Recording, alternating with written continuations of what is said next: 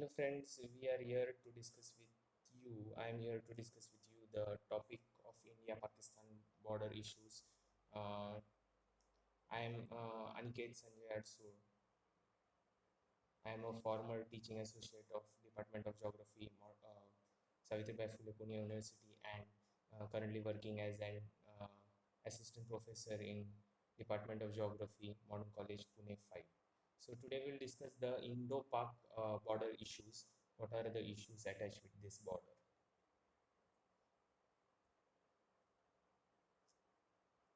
So talking about the India-Pakistan border issues, it is pretty much that it is both are the rival countries of each other. So they are the arch rivals basically.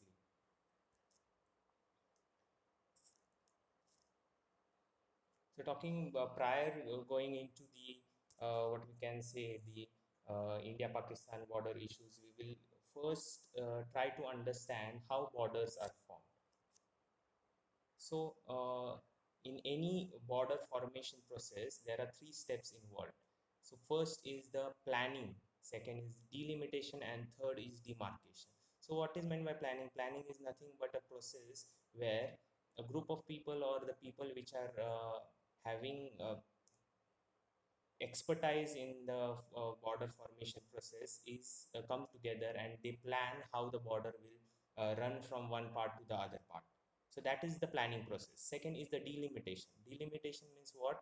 Whatever the planning process is done, that is implemented, or we can say it is drawn on a piece of a paper. We call it as a map with the help of geographical coordinates and other things that is drawn on a map. It is called as a delimitation.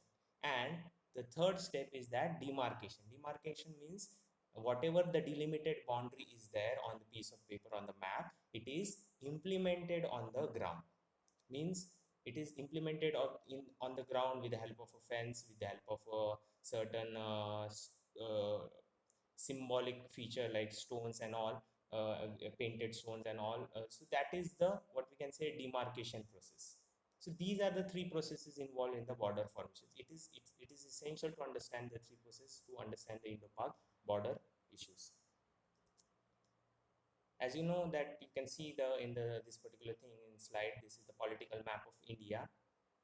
India is one of the important countries basically of South Asia as well as of Indian subcontinent and as well as the whole world. Next thing, the Pakistan is one of the neighbors of India. Currently, it is an means after 1971, it is the neighbor basically of because as you know during the independence it was Pakistan was created. It was West Pakistan and East Pakistan, but now it is that time's West Pakistan. So India is basically having Pakistan as its neighbor on its western side and northwestern side. So it is India's western and northwestern neighbor. India shares about 3,323 kilometer long boundary between with Pakistan. So, which are the states of India which shares boundary with Pakistan? It is Gujarat, Rajasthan, and Punjab, and the two union territories of Jammu and Kashmir and Ladakh also shares boundary with Pakistan. So these 3,200 and 323 kilometer long border is starts with from we can say from Gujarat till what we can say the Ladakh Union Territory of India. So this is a long border India shares with Pakistan. Talking about the, as all of you know that the this region of South Asia was once ruled by Britishers, and it was a colonial power. And what we can say that it at that time it was called as undivided, because partition has taken place. So undivided India. So undivided India was ruled by Britishers. What has happened that after 1940s and 1945s, the demand for independence gained much more momentum, and hence at the start of the 1947, what has happened, there was a huge demand, freedom struggle and all to that India should get independence. As at the same time, simultaneously, there was a demand from Muslim League that the separate country should be formed on the basis of the religion. So Pakistan demand was there from it gained more significance after 1940s. So there was two demands basically, but Lord at the start of the 1947, Lord Mountbatten became the viceroy of India, and he heeded to this demand of Muslim League. And what has happened? He has presented a plan which was called later on called as a Mountbatten plan, and in that plan he has suggested, which was passed by the British Parliament, and it came to be known as Indian Independence Act of it, which was passed in the month of June in 1947. So what this Indian Independence Act consisted of? It consisted that the two separate dominion countries will come into existence. Okay, in August 1947. And apart from that, what it was trying to state that this act is that whatever the princely states are there in this region, they are free to remain independent, as well as, or they can join India, or they can join what we can say Pakistan. So after this act came into being, the date was decided that 14 and 15 August will be the Independence Day. India gained independence on 15 August 1947, while Pakistan gained independence a day earlier, that is 14 August 1947. So, between these two timeline, what has happened? Majority of the princely states joined India. Some of them joined Pakistan. But what has happened that Jammu Kashmir, that at that time it was called as a princely state of Kashmir. So the ruler of that princely state was Maharaja Hari Singh, and he decided neither to join India or neither should to join Pakistan. But what we can say that after passage of 2 months, instrument of accession was signed and with India by princely state of Kashmir, and hence on 26 October 1947, Jammu Kashmir, the princely state of Kashmir, became a part of India. So this is the map of the that time's Kashmir. What we can say that the current map is slightly different, but this is the map which shows the whole of Kashmir Kingdom which joined to India, and later on it came to be known as the state of Jammu Kashmir. But currently now, because of the State Reorganization Act of August 2019, what has happened? August 2019. With this act, the state of Jammu Kashmir is bifurcated into two union territories. That is Union Territory of Jammu Kashmir and Union Territory of Ladakh. So this is the current map basically. What we will do is that, so this is another map to show you the current status of current map of this region. What we will do is that we will see the earlier map, that is map of what we can say that we will use the earlier map, that is map which was there, or of the region which was there pre-August 2019, so that it will be easier for us to understand what is the border issues between India and Pakistan. So this map we will use.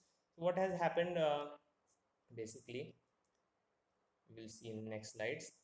So the next thing is that what is the length of, we have already seen the length of India and Pakistan border. It is 323 kilometer long. But in this slightly different scenario is there when you talk about India and Pakistan. International border is about 2,473 kilometers. Line of control is about, LOC is about 740 kilometers. And actual ground position line, AGPL, is about 110 kilometers. Talking about the why this is the scenario when we talk about India-Pak border is that the 2,473 kilometer border, that is from Gujarat till Jammu sector of this Jammu sector till Jammu sector, it is an international border. Means international borders are those borders which are recognized by United Nations, and it is recognized by majority of the countries of the world. Okay, so that is called as an international border, while the line of control, that is LOC and AGPL, are de facto borders. Means these are not international borders. These are the de facto borders. So we'll see why in between India and Pakistan there are de facto borders. We will see this in the coming slides. Now in this map you can see, can visualize, earlier we have seen the whole map of the Kashmir Kingdom which joined India, and the state of Jammu Kashmir map, but this map will give you the clearer picture what is the current situation. What has happened when India gained independence, both India and Pakistan, that as I said earlier, in the India Independence Act, it was stated that princely state will remain, can remain independent. They can join India and they can join Pakistan. But what Maharaja Hari Singh has stated that he decided that his territory, his kingdom will remain independent. As that was the situation of Maharaja Hari Singh, what has happened? Pakistan, after its independence, started creating pressure on Kashmir that so that they can Kashmir to join Pakistan. As pressure was created at the start of the October month 1947, certain Pakistani tribesmen, with tacit support from Pakistani army, they intruded the borders of Kashmir Princely State, and they, what we can say, that they covered nearly majority of portion of western and north western part of Kashmir Princely State. They conquered, basically what we can say, they annexed the regions of this particular princely state of Kashmir. Seeing this, Maharaja Hari Singh, what that there was looming danger over the princely state of Kashmir, he signed instrument of accession on 26 October 1947 with Indian government. And with this instrument of accession, the whole of Kashmir princely state became an integral, legally and constitutionally an integral part of Indian Union. It became a part of India, and hence the whole Kashmir princely state at that time integrated with Indian Union. So, but what has happened after that? That as instrument of accession was signed, Indian Army went there with the help of Air Force. They took back a major portion of the Kashmir Princely State till Srinagar and all, Baramulla and Kargil whole, they have taken control of. But what has happened at that time, the political leadership of India decided to take this case to United Nations, to take this case with the international forum. And as they have took the case to international forum, the UN decided that plebiscite as well as status quo should be maintained in this region. As that was the decision which was directed to both India and Pakistan. Status quo means whatever the situation is at that time currently, that should remain that way only. That's why status quo is maintained from 1947 till now, and that's why ceasefire has been between the two countries in this particular part, and that is the reason why this LOC has been formed. That is the line of control. What we can say, if you see this Kashmir region, at that time it was a strategic location, and now also it is a strategic location. Why? Because this part, this region has its border with Soviet Union, has its border with China, that times India, and Pakistan and Afghanistan. It was a strategically important location. So this is the situation. In this way, the Kashmir, what we can say, the it became a part of India, and how um, portion some portion of the Kashmir went to Pakistan. How is, how in area sense, what is the part which is with Pakistan? If you see this particular part in this map, so this part basically, so total area of what we can say, the Kashmir is about means pre-August 2019. Uh, State of Kashmir area was 222,000 square kilometers. Out of that, nearly 75,000 square kilometers is under illegal occupation of Pakistan. 5,000 square kilometer roughly. 5,000 square kilometer is illegally ceded by Pakistan to China, and the rest, that is 37,000 square kilometers, is under illegal occupation of China. That is called as Aksai Chin. So whatever the 75,000 or 70,000 square kilometer part of Kashmir, which is under illegal occupation of Pakistan, it is called as a Pakistan occupied Kashmir, that is POK. It is in the western and northwestern part of the Kashmir region. It is the northwestern part is sometimes also called as the Gilgit-Baltistan province. So this is the huge amount of area which is under the illegal occupation of Pakistan. That is called as the Pakistan occupied Kashmir, POK. So this is the situation. This was the situation of 1947 war. How LOC and other thing ceasefire was created and was came into force and things like that. So this is the situation of 1947 war. After, as you know, that India and Pakistan has fought basically four wars, which this part, or what we can say, will give you another fair bit of idea what is POK, what is Aksai Chin, and what is the whole Jammu and Kashmir and all other things. So as you know that India and Pakistan has fought four wars. We have seen the 1947 war situation. The other rest wars are what we can say 1965 war, then 1971 war and 1991 9 war. So we have seen the 1947 war. Next war was fought between India and Pakistan is the 1965 war. This particular war was fought on the same issue, that is the Kashmir issue. Both the armies fought against each other, and this war came to an end basically with the Tashkent Agreement. Tashkent is a capital of Uzbekistan. It was at that time a part of Soviet Union, and with the mediation of Soviet Union, USSR, former USSR, this particular war came to an end between India and Pakistan. So this again, the second war was fought on the Kashmir issue. Then the next war, we can call it as 1971 war. This war basically, we will go to the first slide.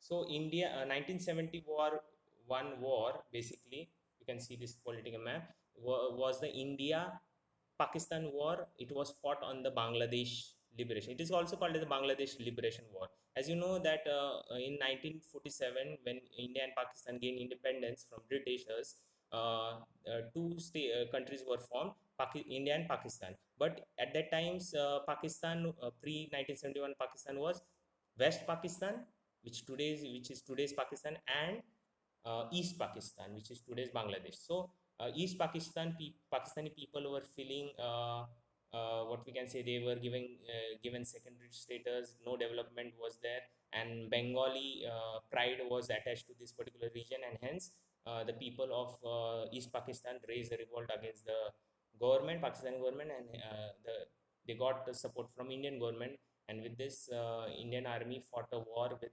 Pakistan, and hence after that what has happened, Bangladesh, a new nation in 1971 was formed, and it came to be known as Bangladesh, which is so that is the situation.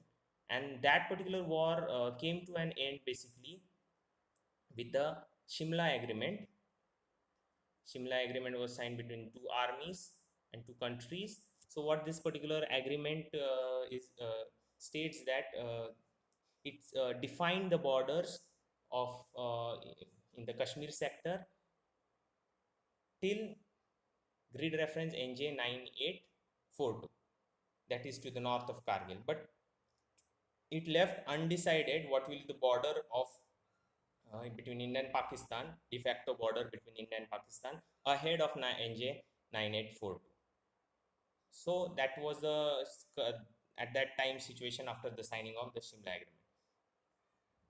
The last war signed fought between India and Pakistan is the 1999 Kargil War. It is famously known as a Kargil War, 1999 Kargil War. What was the issue of this particular war? Why it was fought? It was fought on the issue of Siachen Glacier. You can see in this slide where is Siachen. It is to the north of this Kargil and Kashmir region. Siachen Glacier is basically a strategically located glacier in the Karakoram ranges, and it is of pretty much significance. It has a strategic importance basically, and who will control that particular glacier was the issue in this particular. So in this map you also can see the what is Pakistan, POK of Pakistan occupied Kashmir, Aksai Chin and Jammu. So the 1991 war was fought on the topic of Siachen Glacier. You can see in this slide where is Siachen Glacier located, and that was the topic, and the Kargil sector was also the issue.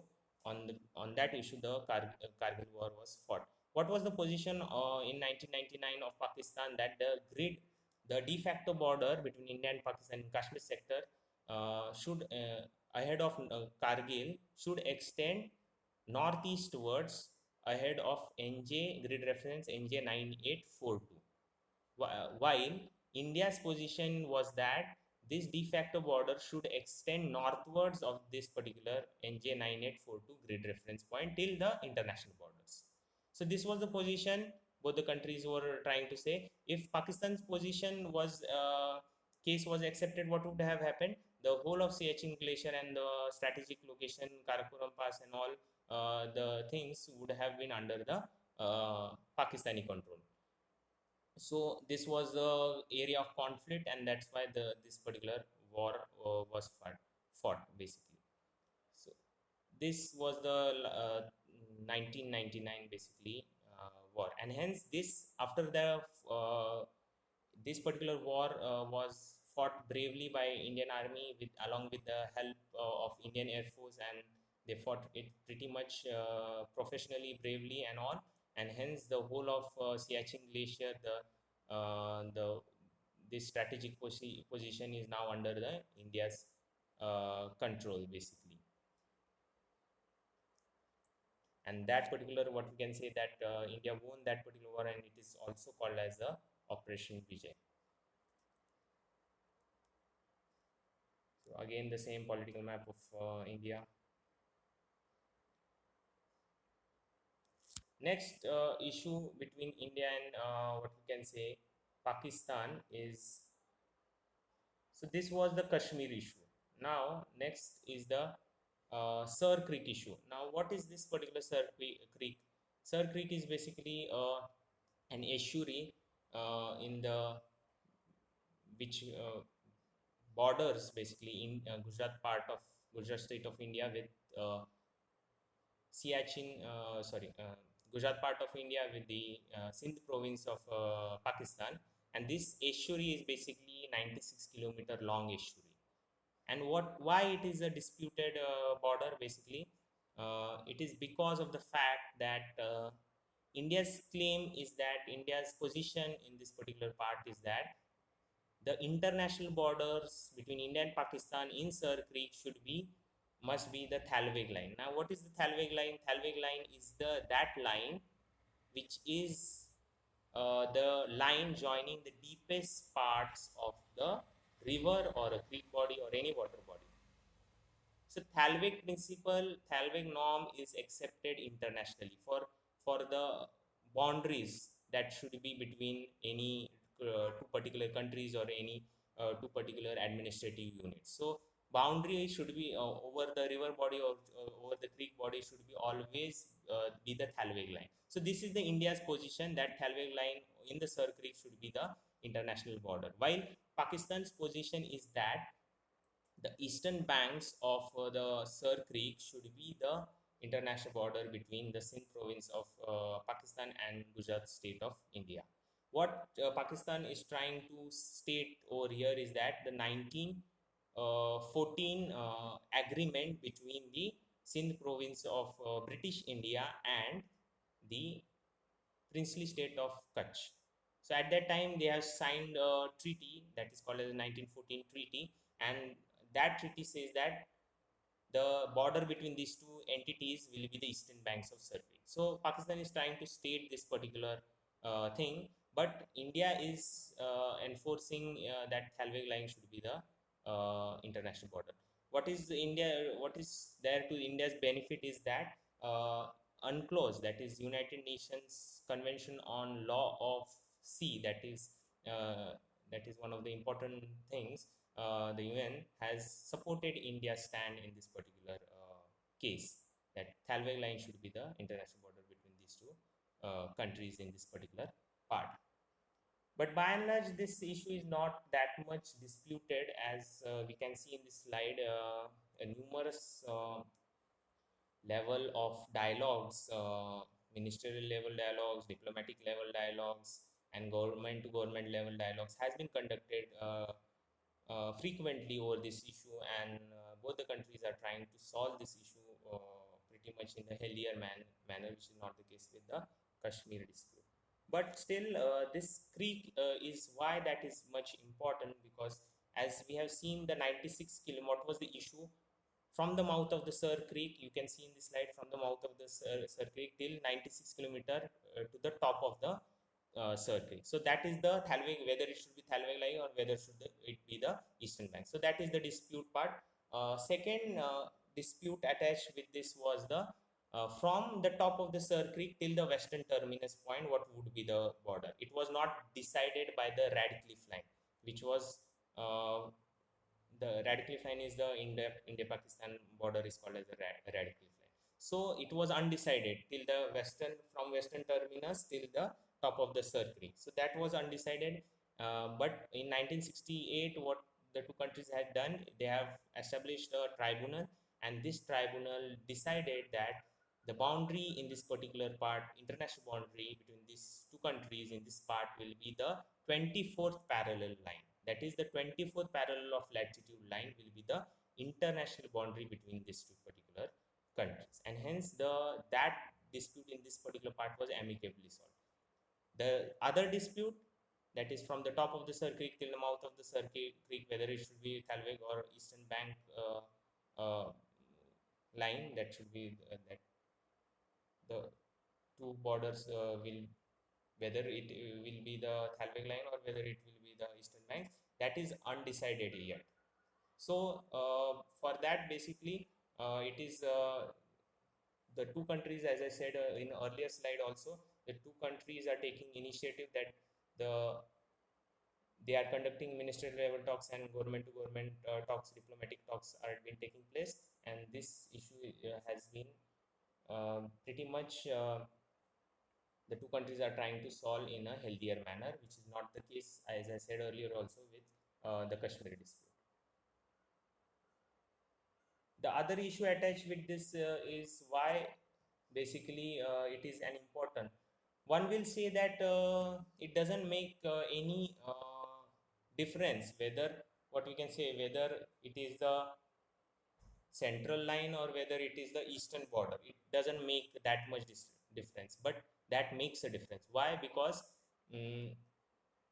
this particular Sir Creek is one of the important natural mineral resource region.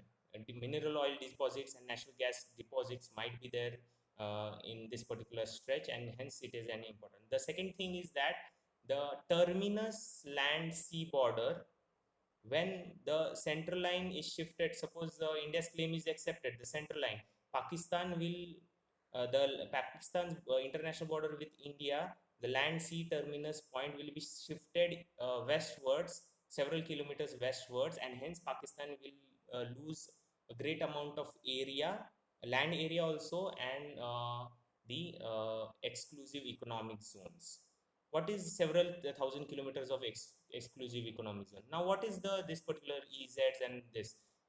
From a particular coastal part till 12 nautical miles in the ocean, that is called as the territorial waters of the country. While from the coastline till we can say till the 200 nautical miles, it is the exclusive economic zone of that particular country. That is called as EEZs. So that EEZs gives the liberty to that particular country which is having coast on that particular water body, ocean and all, to drill mineral oil, to drill natural gas and so on. So that is an important thing.